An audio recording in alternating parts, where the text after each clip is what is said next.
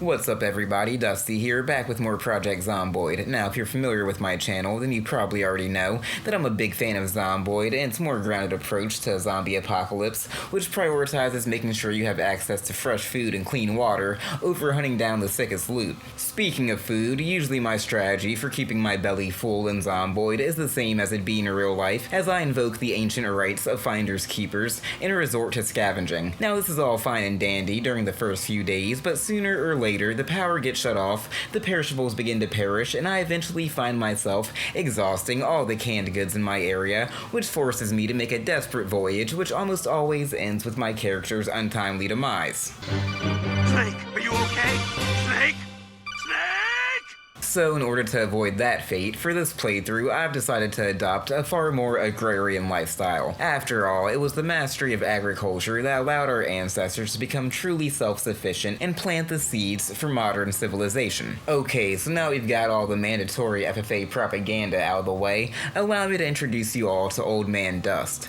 Now sadly that's not actually his name because I forgot to change it, but his afro is gray and he can't see very far due to his advanced age, so it seems fitting. Also, as you can tell by the corn icon, our boy is a humble farmer whose daily bread is earned by the sweat of his brow. But despite switching up the game plan, the opening hours for Old Man Dust would play out like the typical Zomboid experience. There's just a few essentials that you absolutely need in Zomboid, namely a can opener, bottle, and a half-decent weapon, and until you've obtained those things, there's really no point in making any long-term plans. And of course, while you're trying to scrounge all this stuff up, you've also got to dodge or otherwise deal with all the undead dipshits who are looking to get a piece out of your tasty ass.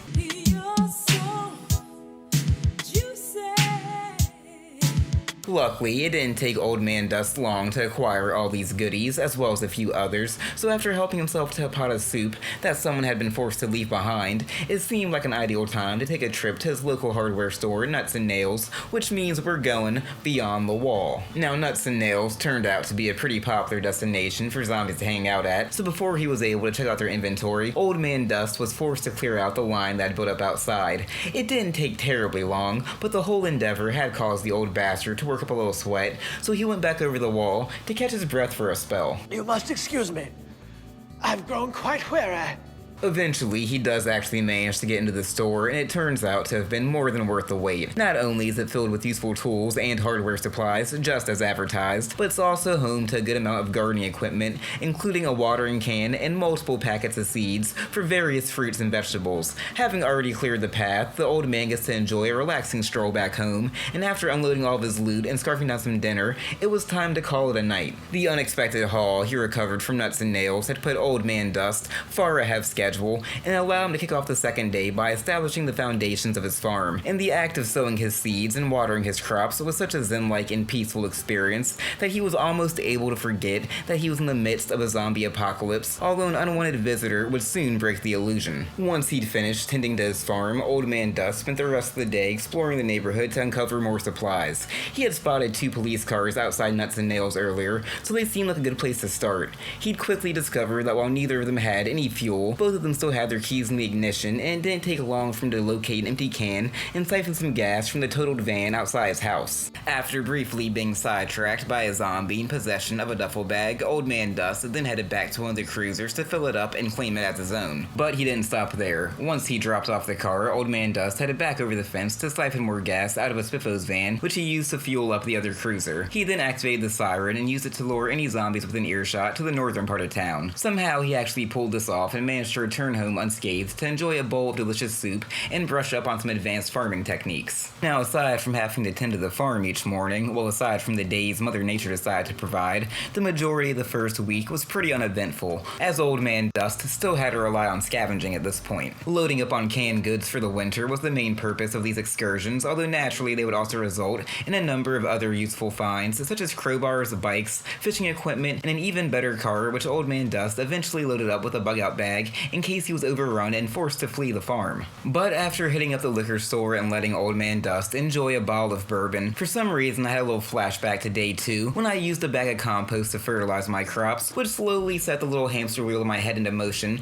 as I finally realized I'd probably be able to build a composter of my own. I need it! Now my hunch would prove to be correct, although it took me far longer than I care to admit to realize that said composter was located in the carpentry menu instead of the crafting menu. Also, building a composter requires a carpentry level of 2, and although he'd managed to catch an episode of Woodcraft earlier during the week, which had taught him some of the basics, the old man's skills weren't quite up to the task, so over the next few days, when he wasn't tending to the farm or making quick trips to the police station, he could usually be found honing his abilities, which in practice just meant going around the neighborhood and breaking everything that didn't belong to him. His vandalism soon paid dividends as he accomplished his goal early into day 8 and quickly scampered home to build the composter that he'd been obsessing over. But as I'm sure many of you are aware, actually building the composter was only half the battle, as the whole device is pretty useless without any organic material to break down. So it's a good thing then that stale and rotting food is the one thing you can always count on being in abundance during a zombie apocalypse. In fact, now that I was in need of compost, I found myself taking trips to locations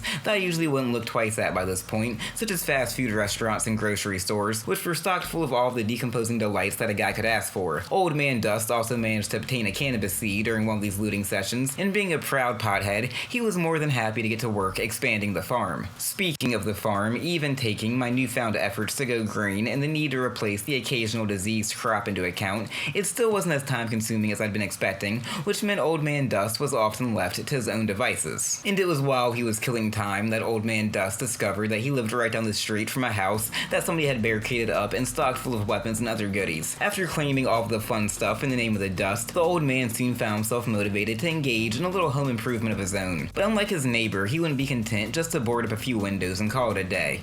Oh no, Old Man Dust had far grander plans in mind.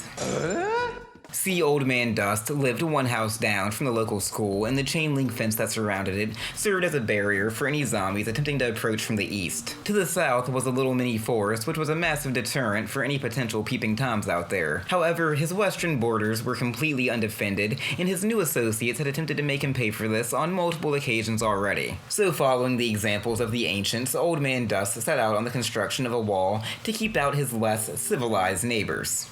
You Mongolian! Don't you break down my wall! This would prove to be quite the massive undertaking, as simply acquiring the planks necessary to build the wall was a whole thing in itself. And I'm sure it didn't help matters that I'm the absolute worst when it comes to pre-planning, so after every 2 or 3 sections, Old Man Dust would have to stop to acquire more wood. Wood. On the upside though, the 2-week anniversary of the outbreak also marked the day when Old Man Dust celebrated his first successful harvest of cabbage. Now this was offset by the fact that the power went out shortly after, which left him having to cook off his meals in a campfire in the backyard, but it still beat the alternative of eating cold soup out of a can. Even with that setback though, the wall building era was a pretty chill one overall, as engaging in hard manual labor day after day might be physically exhausting, but it's a good way to stay busy, and as the old saying goes, idle hands are the devil's playthings. And there might be some truth to that, as following the schedule and structure that I've laid out for him has allowed Old Man Dust to easily become my most successful survivor in Zomboid to date. In fact, during this time, the biggest threat to his survival was actually just my own negligence, as he found himself picking up a number of small, easily avoidable injuries simply due to the fact that I'm an impatient idiot. But a month into the apocalypse, not only is the old bastard still alive, he's absolutely flourishing, just like the farm he tends to daily. His diet, which mainly consists of cabbage and potato salads, might not be the most appealing, but it keeps him alive. Also supplemented with a healthy amount of some of the finest homegrown skunk weed you can find at Riverside. Now it'd be nice if anybody in Kentucky actually knew what a jar was, so that he could properly store his food and cure his weed, but seeing how well everything else is played out for him, it's hard for the old bastard to complain too much. Hey again everybody, Dusty here, and I hope you all enjoyed this video. If you didn't, then I have no idea why you'd still be hanging about by this point, but whatever, you do you. However, if you did enjoy it, then why not leave a like and consider subscribing to the channel so that you can be kept up to date with all my latest content. Or don't, don't let me tell you how to live your life. Anyway, as always, thanks for watching, I'm out.